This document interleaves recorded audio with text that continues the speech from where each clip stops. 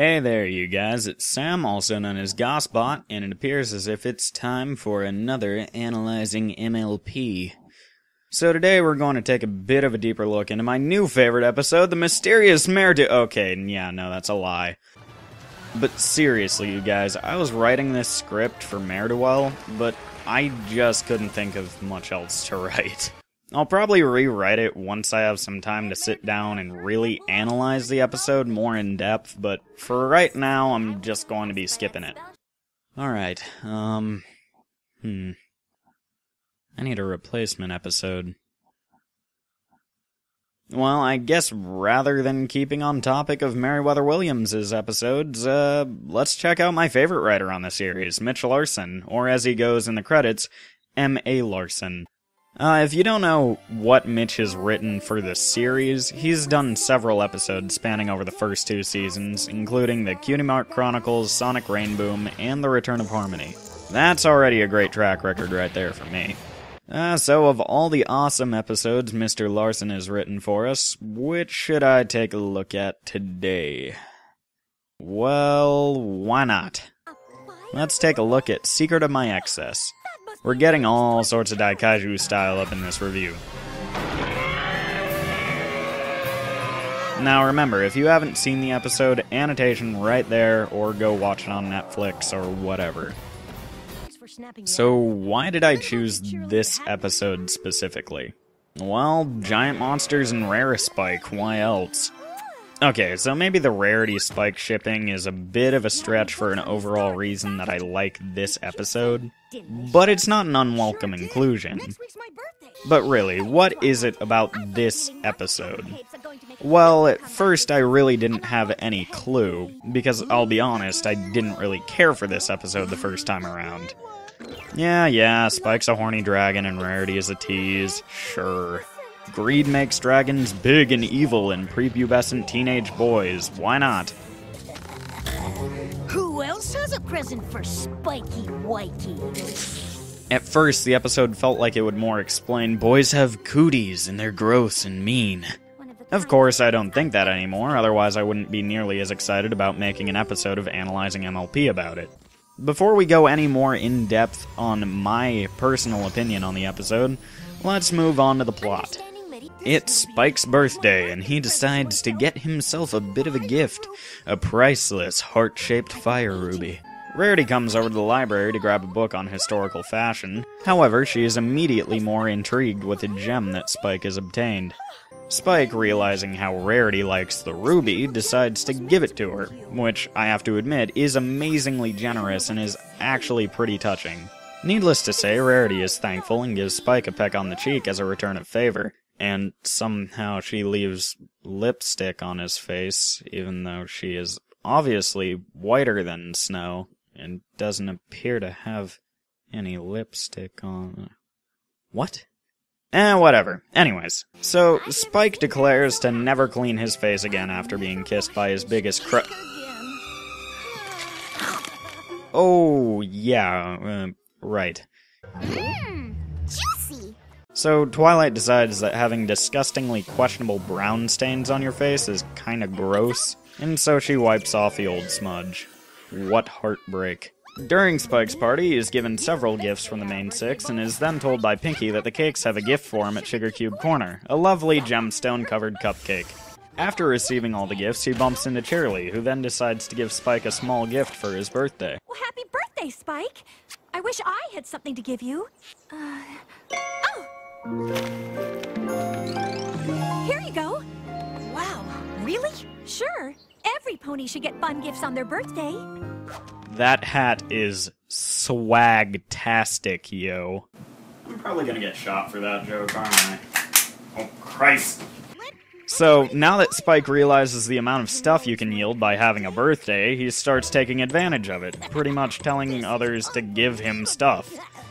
Twilight tells him to stop, to which he agrees, only to turn on her and continue his tirade of greed, leaving Twilight to find out all about it in the stuff he has collected the next morning.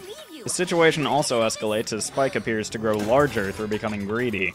Twilight takes him to a physician and a vet, however, they both pretty much prove to be no help. After, Spike continues to grow greedier and larger until he manages to bust a hole in the library's wall, tear the entire second floor off of Sugar Cube Corner, and bust out Rarity's window, taking her hostage. The Wonderbolts try to stop Spike, but to no avail, and now it seems as if the giant monster is unstoppable. But wait! As Spike eyes Rarity's fire ruby, she tells him that a very good friend of hers gave it to her, and she would never dream of losing it. Somewhere in Spike, he realizes that he was that good friend, and that small token of generosity brought him back to his senses and poofs him back to his baby dragon form. Spike? You're the rampaging dragon? So now they're both falling to what appears to be their doom. However, Spike gets to tell Rarity that he loves her, she starts crying, and then all the bronies in the world cry a little bit with her. Except for the bitter ones that don't like the Spike X Rarity subplot, you heartless jerks!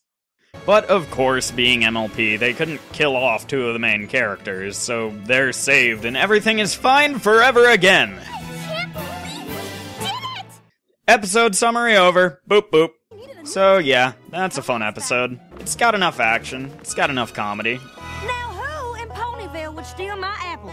For that matter, who would steal my leaves? It's got a whole lot of that Spike and Rarity subplot. So let's mark down the strong points and the negative points of this episode. Okay, let's just generalize a bit with the plot. The plot in my eyes is well done. Mitch Larson's track record on the show proves that I'd most likely enjoy the episode anyway. However, I'd say this is one of my favorite episodes by him. Like I said, good action, good comedy, and a fun romance subplot. That's all subjective, of course, but hey, this is my opinion, and I'm just going to make a video about it because I wanna. Let's just say, this is my favorite joke in the episode.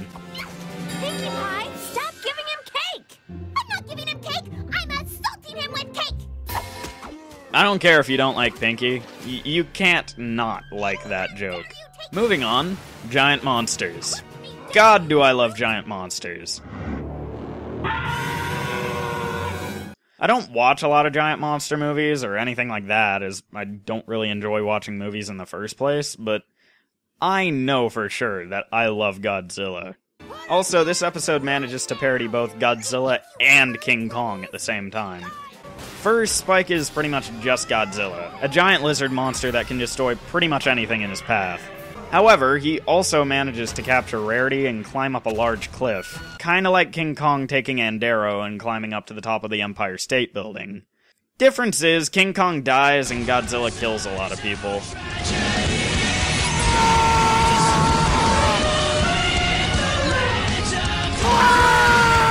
Spike just cost several people thousands of bits in property damage.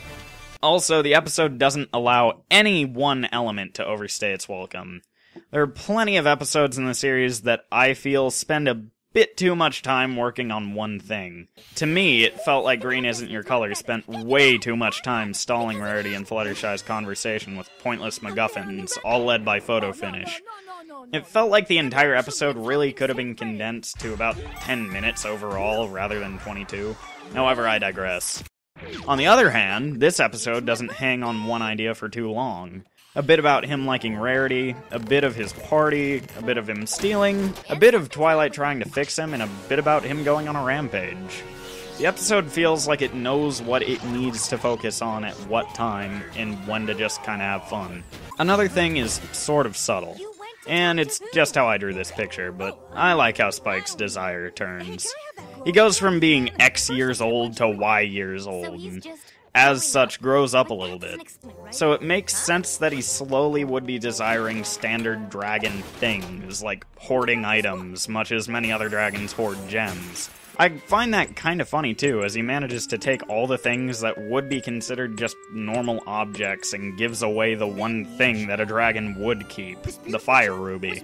Also, as we all know, the fact that he realizes his friends, namely Rarity, are much more important than a hat and the kitchen sink, he snaps out of his greed-induced mayhem. It's all pretty neat. Finally, on the terms of big points, this episode is just kind of adorable to me. It's got a pretty touching love story of a pair of mates that anatomically wouldn't make any sense, and it makes it pretty heartfelt. And that's a win in my book, when you can make me feel compassion for a pair that couldn't really ever exist. Now, under my tough, masculine exterior with my gruff, manly voice, I'm actually really kind of sensitive to anything anyone could find remotely touching, so of course there were scenes in this episode that had me dazed a bit. Oh god, why the tears? Why does she have to cry? Schmoopy doo! Anyways, just to make the points, what are some areas where this episode falls flat? Well, first, the episode could have done a bit more with the Godzilla moniker.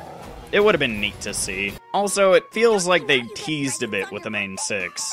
Sure, they're there, but it's really an episode that focuses on 3 characters: Twilight, Rarity, and Spike. AJ, Rainbow, Fluttershy, and Pinkie all play their parts, but they're just kinda there. Given, this is asking a lot of an episode that's already packing a good amount of material into 22 or so minutes, so I'll just leave those complaints as personal grievances. Pretty much my only complaints are nitpicks and things that don't need to be mentioned in terms of reviewing, but much rather ideas of what could have been done to make the episode better. Now, in terms of Mitch Larson's writing, I haven't actually heard of many people who really actually like this episode a lot. Except for the Godzilla stuff, of course. Secret of My Excess really delivers best in the department of feeling almost like an action-filled fanfic, however, with a bit less vulgar shipping and a bit more in the giant monster department. It's got a bit of everything for the avid fan of the show, and if you haven't seen it in a while, I'd say go give it a watch. Hey, if you made it this far into the video, it might actually warrant your like, so I'd say click the like button down there. Also, favorite if you feel like it, but, you know, you don't really have to. Also, over here we have the last episode of Analyzing MLP, and we also have a link to just another random video that we have recently done. So go and watch those if you feel like it, if you enjoy our stuff, and we will see you all next time.